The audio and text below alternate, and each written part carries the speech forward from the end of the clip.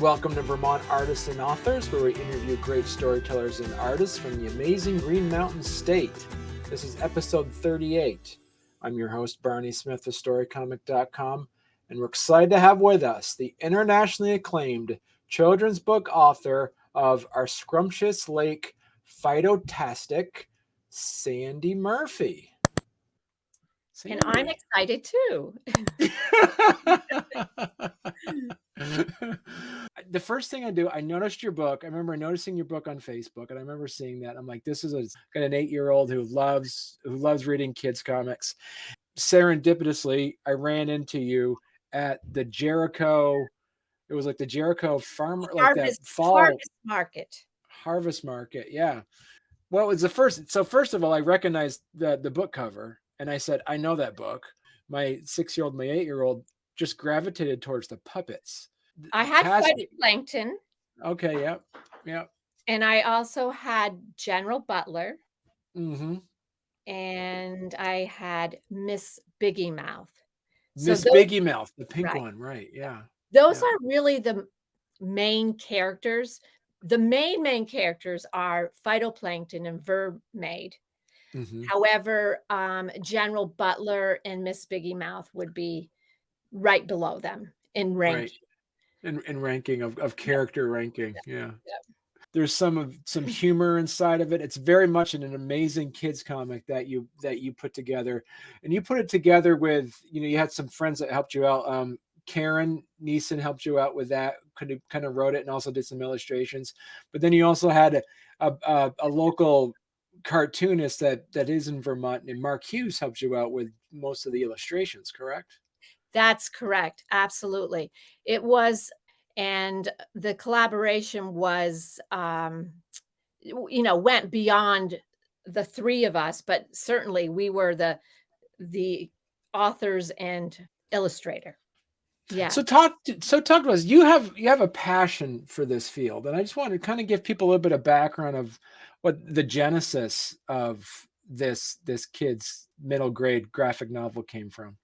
I could go as far back as just my upbringing. I was raised on a dairy farm, also had the privilege of being along Lake Champlain and, right accessible to the entire family. So we would just run down and cool off in the water. And, it was definitely a resource that was something that at the time, I didn't realize how precious it was. But as I became older and a little bit wiser, and started to recognize that there were some changes going on, much of it was unfavorable. So obviously in the last 20 years, well, probably the last 10, there's been great attention on Lake Champlain and the health of the lake. But my friend Karen and I, who have spent a great deal of time together, had just finished up a science camp called Crane Brook Camp. Crane Brook happens to run through my property here in Underhill. And so we had the opportunity for the campers that were in this summer camp that we had here, have the privilege of playing in the brook, and they really inspired us. They had lots of questions about water, and so they were a piece of this impetus. We also had a lot of questions, knew that we should really probably check into this, and our checking into this became really almost an obsession because we started just making these field trips, oh, let's go to this workshop, let's go to this museum, let's try to, better understand this. And I would say another huge impetus to our book was another author called Dan Egan. And he is from Michigan and authored a book called The Death of the Great Lakes. And he was presenting at UVM. And we felt like for no exaggeration. We felt like he was talking to us. Hundreds of people are here. They're from all sorts of committees, whether it's the Lake Champlain Committee or the Watershed Alliance or, this or that. He said, I'm, basically preaching to the choir here. He said, we need just common citizens from out there to come in and listen to this. And Karen and I just looked at each other and said, he's talking about us. Because we probably were the only people there that didn't have one of those little fancy name tags on that Right. said, what committee or organization we were from. We were just two educators who wanted to become more educated. So we took it upon ourselves to use his words and really dig deep into why the health of Lake Champlain was the way it was. And then as we started digging, we're like, oh my, we need to really share this. And then the questions, became even bigger. Like, well, how do we want to share this? Who do we want to share this with? We, as both teachers, felt like it was students who needed to hear this. Adults already were in their adult world. Those who were interested in this kind of matter were in those organizations. We happened to be in a room that was full of those people. So they're trying to create solutions. We need the younger kids to be involved. And how can we get them involved? And as educators, we also realized that it wasn't by doing the blah, blah, blah type lecture. It sort of was just mushrooming how we were going to go about it, but we knew it had to be humorous.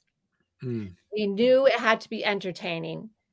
We knew that it had to be engaging. And we hope that we hit those components of our book. Anyways, phytoplankton is the foundation of the food chain, the aquatic food chain. So who's the most significant? Without phytoplankton, we take phytoplankton out of the scheme of things, then there's no food chain, because that's all organisms depend on phytoplankton. And that's you and I also. When I talk about organisms, we don't have to be we thrive on water. So phytoplankton produces more oxygen than any other plant on this earth. Wow. Yeah. So that was probably one of my most baffling facts that I acquired as we were delving into all this information. And I tell people, take a breath,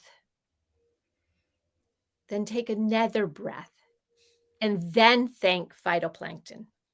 Because if you Google how much oxygen phytoplankton produces, you might get a Google that says 75%. You might get another site that says 80%. You might get another site that says 65.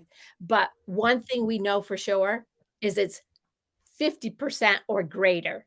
And that's why when we were writing the book, we were so mindful about.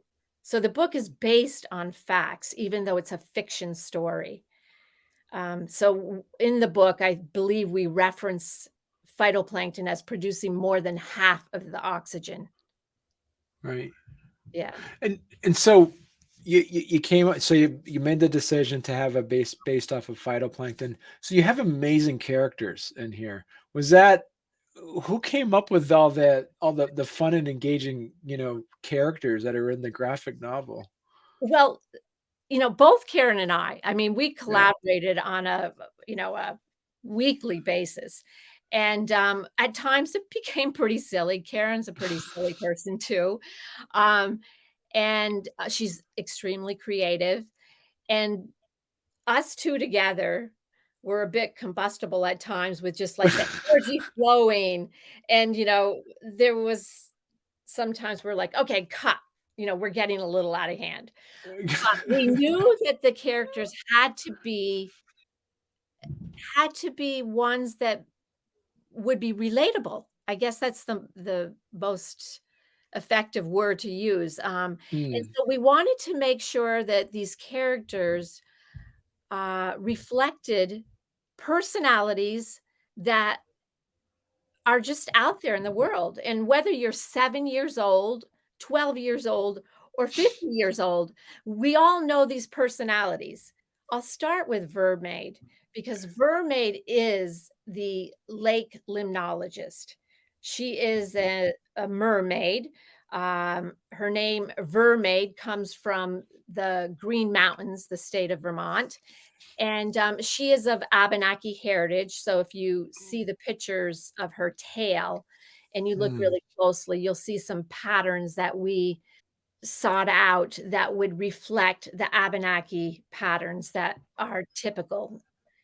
And then, so anyways, Vermaid is the scientist who really is quite a matter of fact. She knows what she's talking about. And there are those people out there who just know what they talk about. They're composed.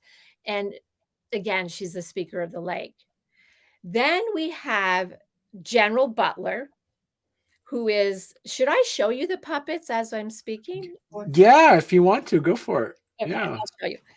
So this is Vermaid.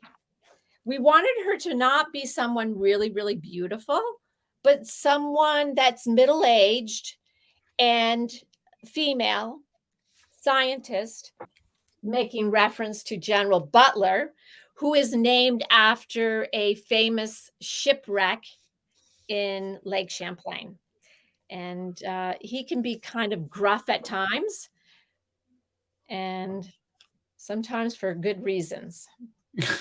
One of them is this character here. This is Miss. Oh, by the way, General Butler is a yellow perch. I forgot to say that. So all the organisms, all the characters, other than of course Vermaid, are representing organisms from Lake Champlain.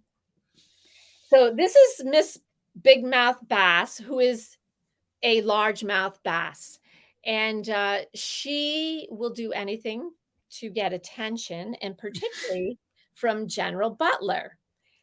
Absolutely adores General Butler. But one thing, I'm not going to give everything away. I'm trying to get this in the picture here. But I will say this. She makes a pretty good transformation in the story. She is first this self-absorbing fish who thinks that she is it and that there's no one else who can be as beautiful and witty as her. And to be quite honest, she's really not either one of those that much.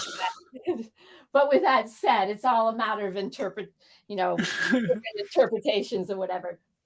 This is phytoplankton. Phytoplankton is a microscopic organism, is the foundation of the food chain, as I said. He looks a little dorky because it projects kind of how he feels about himself. He doesn't really have all that great self-esteem. He doesn't know what his purpose is in life. So he kind of is just not really fitting in with the crowd. Right. But he also makes some pretty good transformations throughout the story. And a sort of a giveaway here. He has a cape on because he is our hero. Hey, when you produce more than 50% of the oxygen in the world, I think you deserve a cape. Yeah. And right now, I just finished making this creature and have not put the rod in her yet, but this is zooplankton. And zooplankton is a type of plankton, but it's a different type of plankton. It's an animal organism, as phytoplankton is a plant-like organism. They're both planktons, but just for clarification, there are thousands and thousands of different types of plankton. So Mm. at any rate, this is a zooplankton, and she is a rapper, and she has some pretty good rapping. Of course, that's my opinion, but some pretty rapping songs that help others to understand what plankton does for the world.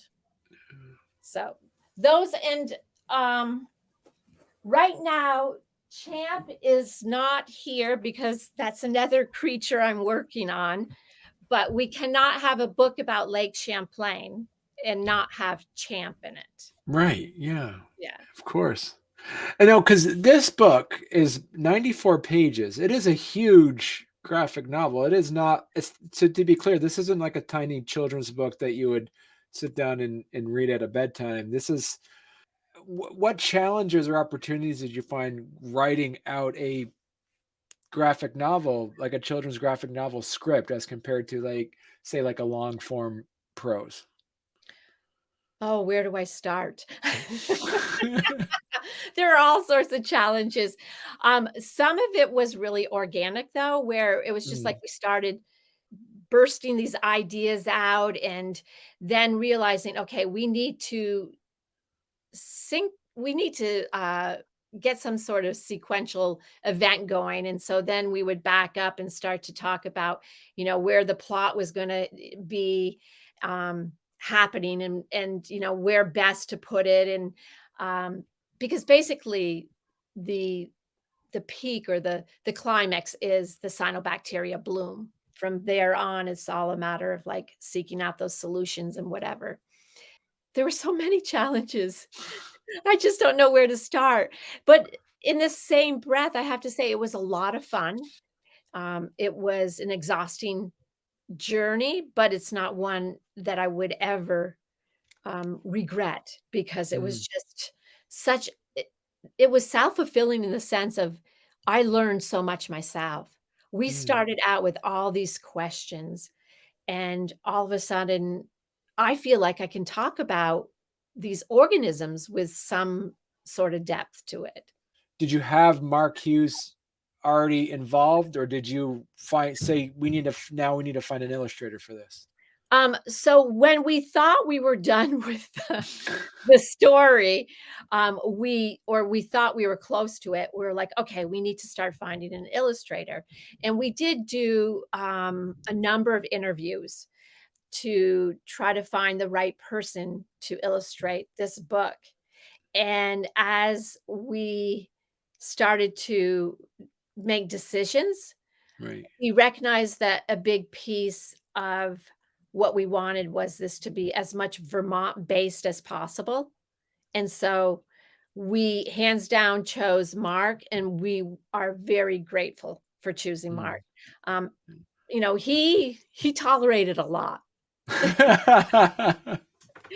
There were a lot of changes that were made throughout the period because we thought we were done. And then, then we would look at it again and we would change it. And what one of the faults of, I believe Karen would be fine with me saying this, is both her and I are somewhat perfectionist. So what happened was the book, I would my partner kept saying to me, "The book's gotta be finished," and I said, "No, no," and, this is 2 years ago, and then I realized after it was about a year ago, I was like, "Yeah, this book's gotta be finished. We change it anymore, we're gonna just be making it upside down," and, we just kept changing it, and we recognized that we needed to stop. I think Mm, any good writer would say, although maybe this is debatable, that you can just keep looking at your literature and finding a way to refine it. mm, Because that's the beauty of writing, is in so many ways you have to call the shot of when it's done, because writing's never really done. It's just such a process. So that part really fascinated me too. But about the editing, um, So for editors, of course, we did what you're not supposed to do. We started asking family members. People are like, don't do that because they're just going to say it's good. Um, but actually, most of the family members gave us some really good suggestions. And then we sought out a few members who were not family members, such as the science teacher here at Mount Mansfield. I happen to know him, and so not well though. But I sought him out and I said, "Could you review this?" And he did, and I believe he did with a lot of thoughtfulness because he did have some contributions that we took and made changes to. And then we also had Julie Moore, who is the secretary of the Agency of Natural Resource for the state of Vermont. And what we loved about her comments and inputs was she dialed into the invasive species domain of this book because we do speak about that. We touch upon a lot of different areas, but don't go too far into it just because Mm. then it would be a couple 100-page book and we didn't want that. But anyways, we love the few suggestions that she gave us there. So there were some people who really dialed into the grammar piece and would that was awesome. And then there was people who were dialing into the content piece. So we had some great oh, and another person we asked was the local librarian. Mm. And we were so pleased that she accepted, looking at it. And also it was evident that she had given some thought to the book and gave us her feedback. And it was so important Mm. to have that. Because obviously, once you have an illustrator, you can't change the script very much. You gotta. The font, what happened was we were so focused on the content that we weren't paying attention to Mark using all capital letters. And Oh we yeah, got to right. the end of the book and we're like, "Oh my goodness, we don't want this. We want this to be very readable to, third graders who are, still identifying their lower and upper case. I know that many comics traditionally it is uppercase, but Mm. we just felt like we would not be serving the students that we knew best by doing all uppercase. So then um just due to some challenges that Mark had with the font, we had to hire someone out to change all the font of the book. And that took a little bit of time. Oh So there were wow. Okay. yeah, yeah. So there was always these little pieces that kept delaying us a little bit. We got to a point where like we got to get this done. Did you identify Onion River Press before or after identifying an illustrator? How did that Oh process no. work? Illustrator was definitely long before that. Okay. And then in the meantime, we did send out about 10 um agent letters. We were seeking an agent. Mm. And we had spent so much time just reviewing all the literature on how to seek out an agent and how to write a letter seeking an agent. And all of a sudden we were like, whoa, we're spending so much time on this. And we out of those 10, we got someone that, had responded and said, "Oh, we're interested, send us more." Well, we had no more to send them at the time because we had not delved into our appendix, which our Mm. appendix is a really big piece of our book. In our appendix, we have a glossary. We have a section that has the next generation science standards as well as the Common Core literacy standards aligned with activities that are applicable to the book and specifically to certain chapters. And we tried to, we were, that in itself was another laborious journey, not Mm. complaining, but it was laborious. Um, so anyways, we didn't have anything more to send, and we realized that that was premature. And then as time went on, so we stopped sending letters, and then we started seeking out other authors and asking them like, well, should we do this? Should we do that? And there was a couple people, local authors, recommended that perhaps we might want to just self-publish. And we thought about it and we thought to ourselves, we don't want another 2-year delay. Right. We heard that it could be roughly 2 years. I mean, it can be longer, it can be shorter, but there's that span. And this is a matter, an environmental concern right now that we want. I mean, there's a lot of dialogue and a lot of press about it, and we just want this book to be really applicable to right now. Um, Mm.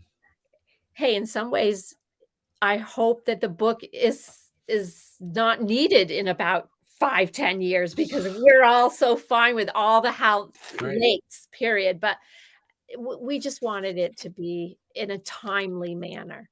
So we Mm. decided to self-publish. And again, we spent who do we go with? And doing, the price comparison and whatever. And we ended up going with Onion River, again, mainly because they're from Vermont. Right.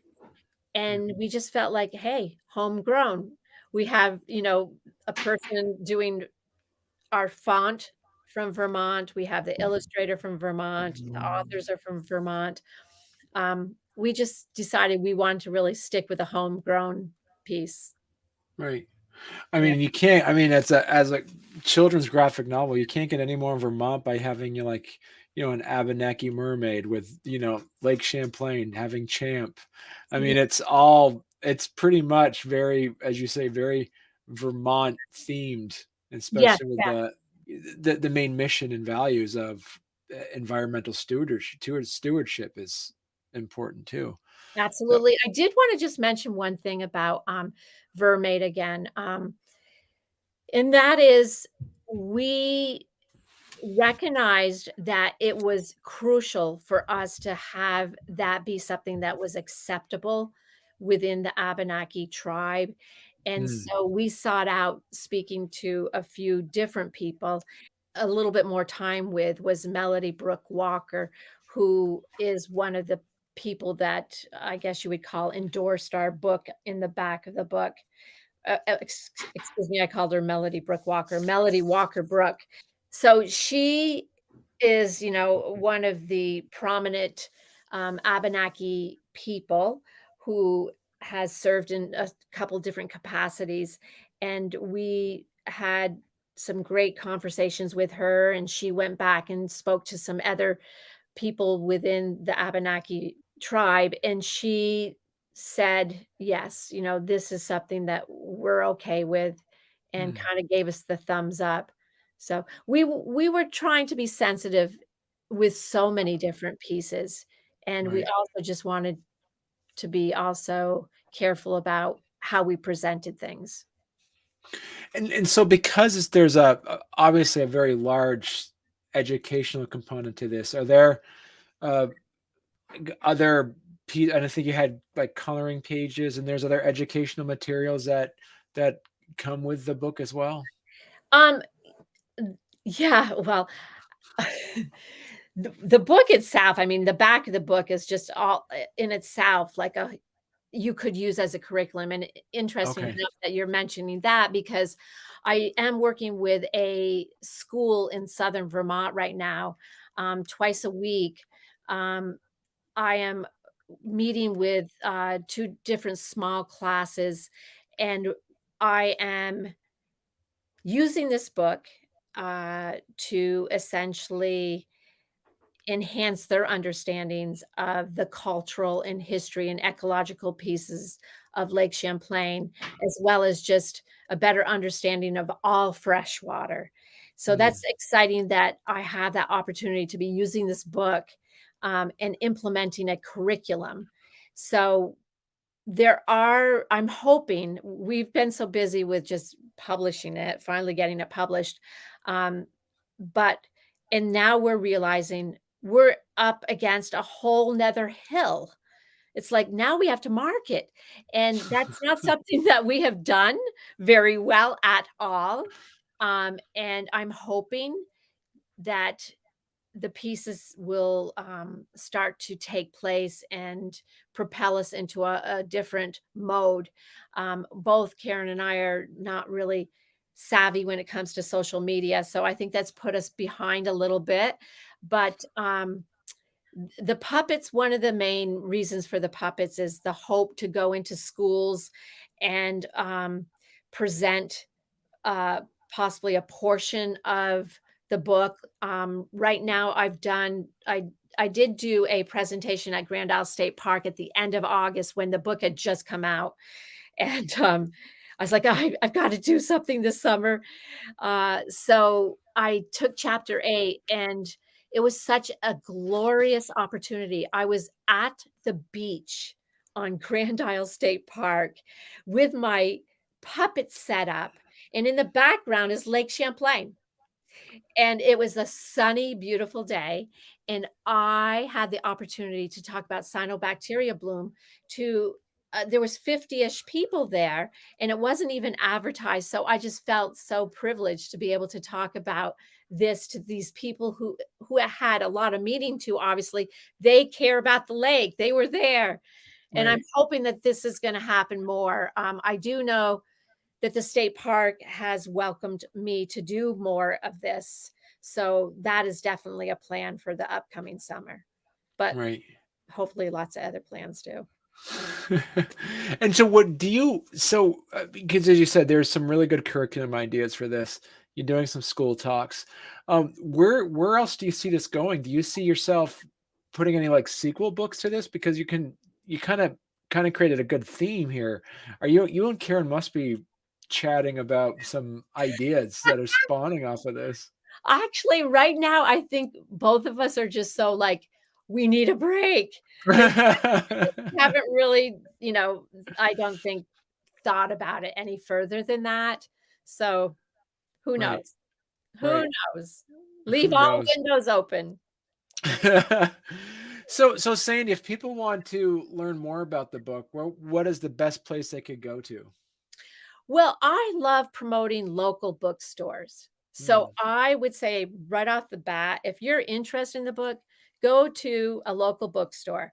They okay. are there. And if for some reason you go to a store um, somewhere in southern Vermont that doesn't have it, they will order it for you if you ask.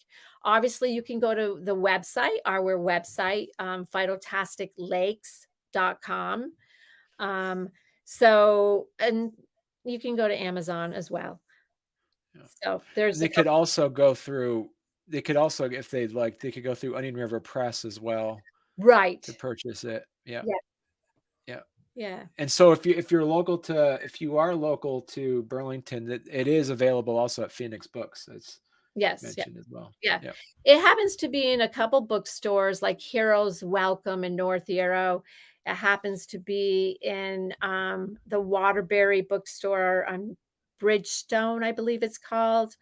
There's a few different places that the book is in. Hopefully, it'll just be everywhere. I just want to say this. This is a book that um, is particularly suited to upper elementary students and maybe, the middle school, but it's really for all ages. If you like water, if you're interested in water, it's for you. And who isn't interested in water? There you go. Right. So this is great. As we say, it's a perfect book for people that are actually from Vermont. It's a good book for people that want to learn more about Lake Champlain. It's a great book also for tourists and people want to learn more about Vermont because you have a lot of Vermont themes, a lot of Vermont Easter eggs, as they call them, like little tiny things in there that people would want to learn more about. But as I say, this is great. And also, Sandy, you got to come back on when you have a next book come out. This has been great. Okay. Might be a while. Perfect. Well, thank you so much, Sandy. Yeah, thanks for the opportunity. You're welcome.